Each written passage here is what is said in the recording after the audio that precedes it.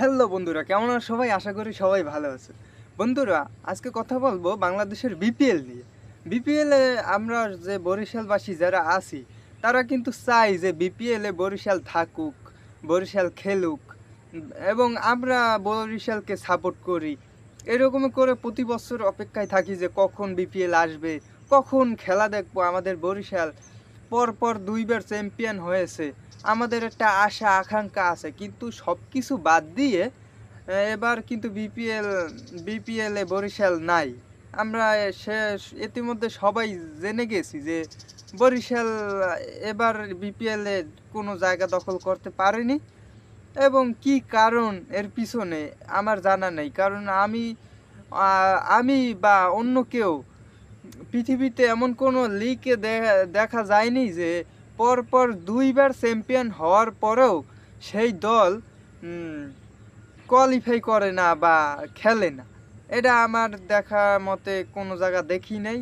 এবং আমরা যদি আইপিএলে দেখি, পরপর যারা দুইবার চ্যাম্পিয়ন হয়, দুইবার নাই বলি, একবার যারা হয় তারাও আরও দীর্ঘ মেয়াদি পর্যন্ত তারা খেলে থাকে, ফ্র্যাঞ্চাইজি দলগুলো খেলে। কিন্তু আমাদের বেলায় কেন এরকম হলো আমরা বুঝি না। বরিশাল ছিল গেছে 2-3 বছরের টপ ফ্রাঞ্চাইজি দলগুলোর মধ্যে একটা। এমন বরিশালের নাম শুনলে বিদেশি প্লেয়াররাও ভাবতো যে হ্যাঁ, এখানে খেললে টাকা পাবো, টাকা নিয়ে কোনো অনিশ্চয়তার সুযোগ নেই। তো বিদেশি দলগুলো মানে প্লেয়ারগুলো চলে আসতো বরিশালের টানে। কিন্তু এইবারে কি হলো, ফরচুনের মালিক এবার আগ্রহ দেখায়নি। আসল কথা হলো সে আগ্রহ দেখায়নি, এর কারণে এই বরিশাল এবার খেলতেছে না। এবং তামিম, সে কিছু বুঝতেছি না, তামিম কি প্লেয়ার নাকি দেলোয়ার, এটা আমি বুঝতেছি না। সে অথচ খেলবে বিপিএলে, এবং খেলবে কি খেলবে না সেটাও আমি জানি না। কিন্তু যে সে নমিনিওর জন্য বিপিএল এর কি একটি পদের জন্য সে নমিনিও করেছিল, সেখান থেকে সে রাগ করে চলে আসছে। কির জন্য কি, সেটা তো খুলে বলেনি। সেটা আমারও জানা নেই, আপনাদের জানা আছে কিনা সেটাও আমি জানি না। কিন্তু এই বরিশাল দ্বিতীয়বার গেলবার চ্যাম্পিয়ন হইল। এবার যে প্লেয়ারগুলো ছিল, যেমন তামিম ইকবাল, হ্যাঁ তামিম ইকবাল ভালো ওপেনিং করেছে, এটা অস্বীকার করার কোনো সুযোগ নেই। তামিম ইকবাল গেছেবারও ভালো একটি পারফরমেন্স করেছে, প্রতিবারেই নামে সে 30, 30, 40, 61, 62 এরকমই ইনিংস সে খেলেছে। বিদায় পরবর্তী ব্যাটসম্যানরা আরও ভালো খেলেছে। তো তারপরে বিদেশি প্লেয়ার যারা আছে, আফগানিস্তানের, ক্যারিবিয়ান, এরাও ভালো ভালো পারফরমেন্স করেছে। তারপর দেশি প্লেয়ার যারা আছিল তারাও ভালো খেলেছে।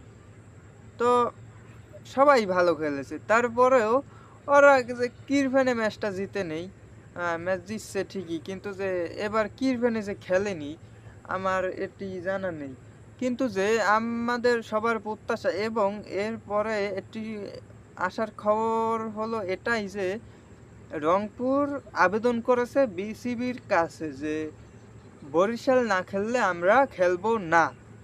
এরা ক্লিয়ার ভাবে বলেছে। এখন যদি রংপুর যদি না খেলে, রংপুরের না খেলার এই যুক্তির কারণও আছে। কারণটি হলো, রংপুর বলতেছে যে বরিশাল যদি না খেলে তাহলে একটি ফ্রাঞ্চাইজি দল কমে গেল। আগে থেকেই দুইটি নাই, খুলনা নাই, কুমিল্লা ভিক্টোরিয়ান্স নাই, আরও আছে কিছু, তারা নাই।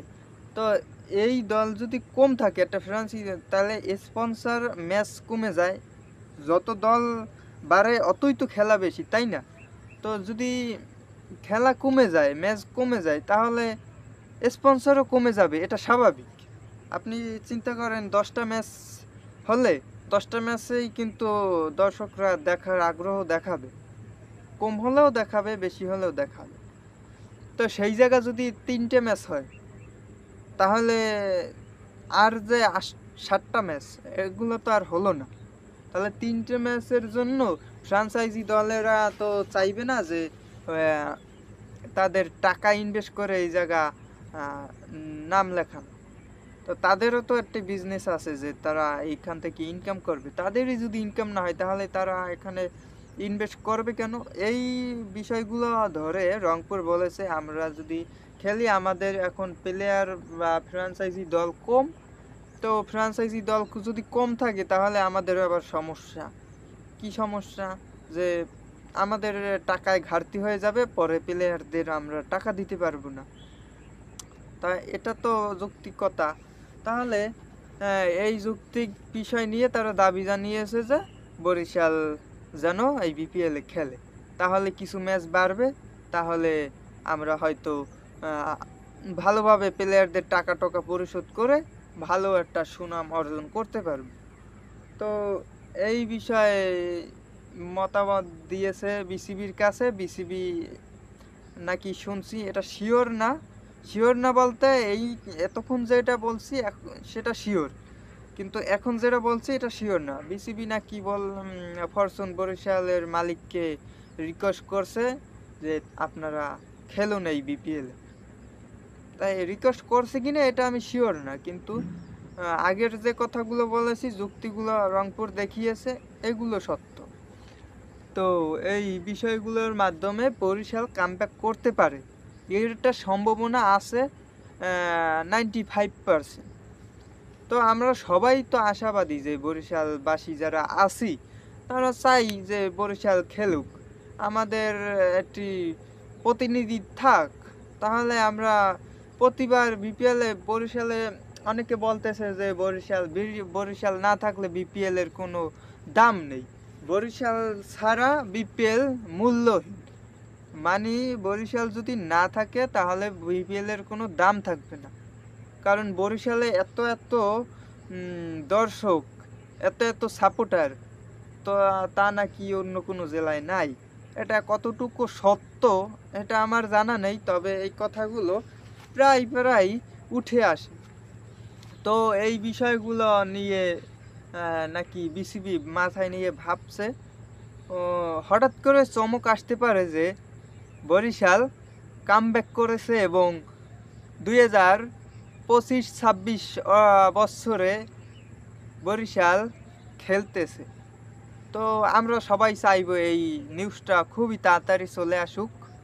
তো এই বিনোদন ভাই তারাও অনেক ইতে আছে, কষ্টে আছে, ডিপ্রেশনে আছে, যে বিনোদন ভাই তাদের তো একটা আনন্দ উৎসব। আপনারা বিগত বছরগুলো দেখেছেন, সে বরিশালকে নিয়ে পুরো একটি গান বের করে নিয়েছে, মানে একটি পুরো গান করে দিয়েছে যে ফরচুন বরিশালের একটা গান। তো তাদের প্রত্যাশা অনেক বেশি আমাদের চাইতে। তারা বলতেছে যে বরিশাল যদি না খেলে এবার বিপিএলে, তাহলে তো আমাদের ইনকাম হচ্ছে না, তাহলে আমরা খাবো কি, এরকমই কিছু বলছে যে বরিশাল, মানে তার কথাটা হলো এমন, আমি যদি ক্লিয়ারভাবে বলি যে বরিশাল যদি বিপিএলে খেলে তাহলে তাদের একটা ইনকাম আসে। কেমন ইনকাম? ইনকামটা হলো যাইয়া তারা ওই বরিশাল নিয়ে ভিডিও বানায়, তো ওই জায়গা দিয়ে তারা কিছু ইনকাম পায়।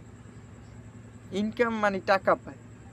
হ্যাঁ, বড় অ্যামাউন্টই। ধরেন বিপিএল যে 1 মাস হবে, ওই 1 মাসে তাদের ইনকাম হতে পারে 20 লাখ, 30 লাখ, এরকমই হয় আর কি। যেহেতু তাদের একটা গান রিলিজ করতে অনেক ভেজাল, টাকা পয়সারও ব্যাপার আছে, ওই বিষয়গুলো নিয়ে তারা ভিডিও বানায়, গান মিউজিক করে। তো আজকে এই পর্যন্তই। ভালো থাকেন সবাই, ধন্যবাদ সকলকে।